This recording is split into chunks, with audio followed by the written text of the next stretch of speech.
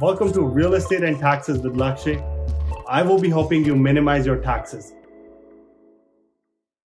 So good afternoon, everyone. Welcome to my Tuesday session on real estate and taxes. And today we're going to be talking about, is it profitable to start a swim school business in Canada?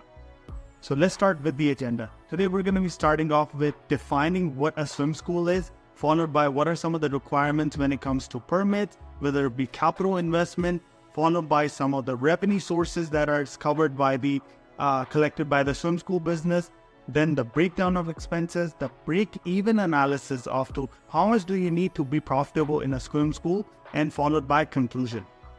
So now that we know what the agenda is, let's first start off by defining what type of business we're going to be talking about. We will be talking about digging a hole in the facility, getting the permits, licensing, zoning, and then investing roughly $1 million to create just the pool, followed by creating a business which will be profitable or not, which basically we're going to see in the next few slides. Okay, so now that we understand what type of businesses we're focusing on, let's look at some of the requirements. And basically, when it comes to starting this business, you need status quo licenses like municipal licensing, environment and permits, zoning permits, business name registration. These are status quo permits that you need to in Canada to start any business. Professional liability insurance is one of the key things you need. Why? Because the drownings and the risk involved in terms of surrounding this business, you better have general and professional liability insurance before starting this business. You typically need roughly $1 million to start this kind of business. Why? Because if you're buying a facility, you're gonna excavate, you're gonna create a pool and add water, plumbing, maybe develop a site plan, getting permissions from the government. All of this will cost a lot of money. So we've allocated $1 million towards this for now. And first aid certification, CPR certification, water and safety instructor certification, national lifeguard certification, all of these are very important to operate a business like this. In the previous slide, I had mentioned you need $1 million to start this business. Why? Well, here's the cost breakdown. If you look at it, the facility lease or purchase cost would be roughly $50,000 to basically $500,000 on an annual basis. If you look at the swimming pool construction and renovation, this can easily cost $100,000 to $1 million depending on length, the size, the square footage, the location. When it comes to equipment and supplies, you can expect to dish around $5,000 to $50,000. Instructor training, marketing, legal licensing, insurance premiums, accounting, ID and infrastructure. Those are some of the smaller items that you need to be concerned about when starting this business. Now that we have understood how the expenses work, let's look at some of the revenue sources. In the sources of revenue, we have three things that we have to focus on. Number one is basically the swimming lessons. Number two is membership fees. And number three is parties and events. Swimming lessons will constitute 95% of the revenue. On average, I've noticed people are charging roughly $32 per lesson in this type of business. Membership fees is basically a one-time startup cost or enrollment fee that some of the swimming instructor businesses charge, $25 per student, which constitutes roughly only 3%. Then there is parties and events, which is roughly 1% of your revenue, $800 per 2-hour rental on the weekends where people can, occupy a facility and basically throw a party if they needed to.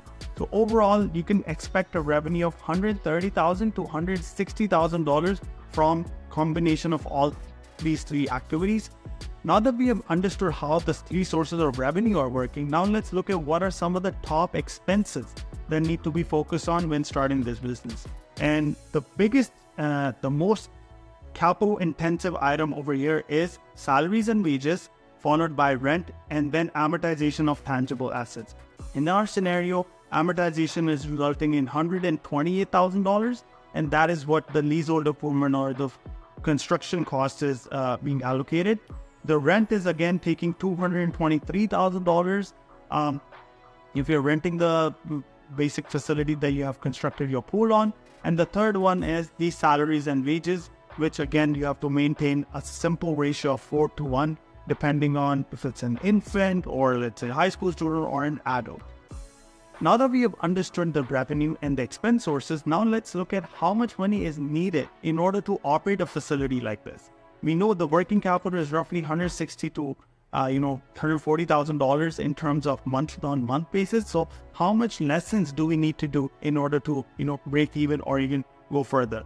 When we did a quick math, roughly 2,500 to 3,000 lessons were needed on a monthly basis. Whereas if someone is taking, let's say, 4 lessons, average student is taking 4 lessons a month, then you would need roughly 750 members or students in order to break even in your facility to operate on a profitable basis. The ratio over here, we took 4:1 for students. So basically, on average, you would need 13 employees to operate. And how did I come about to 13 employees? I've broken it down by general manager, head coach, and aquatics manager, front desk staff, lifeguards, and junior coaches. And I've also listed out their salary. This which pretty much takes away a majority of the biggest expense item. So now you must be wondering, should I even look into this business, because it seems to be very capital intensive? Well, my conclusion will be, if you have deep pockets, this can be a good business for you. The average person running this business taking home 15 to 20%, which is roughly 6-figure of their top line. Partnering with the existing facilities is also a great option. If you're thinking your expenses are very high, how do you have control this? Well, partner with the hotel, which has a pool, partner with the YMCA, community center, gym, rent their facility, run your classes. The third thing I wanted to mention is this is a recession-proof business. Recession-proof business basically means regardless of which age group you're in, whatever is happening in the world, you would still want your kids to learn how to swim. Another thing that you should be focusing on is franchise model. If you want to lower your capital cost, you can technically focus on the franchise model, which will basically give you a blueprint. And finally, because it has a high barriers to entry into this business, I feel like you're gonna have less competition. And I also notice there's not a lot of cool businesses for sale, or swimming businesses for sale, which means a lot of people are making good money and they don't want to let go of that cash flow that they're making from the existing business. So thank you once again for joining in, and we're going to be covering a brand new business next week at Tuesday at 2 p.m. Thanks and have a good day.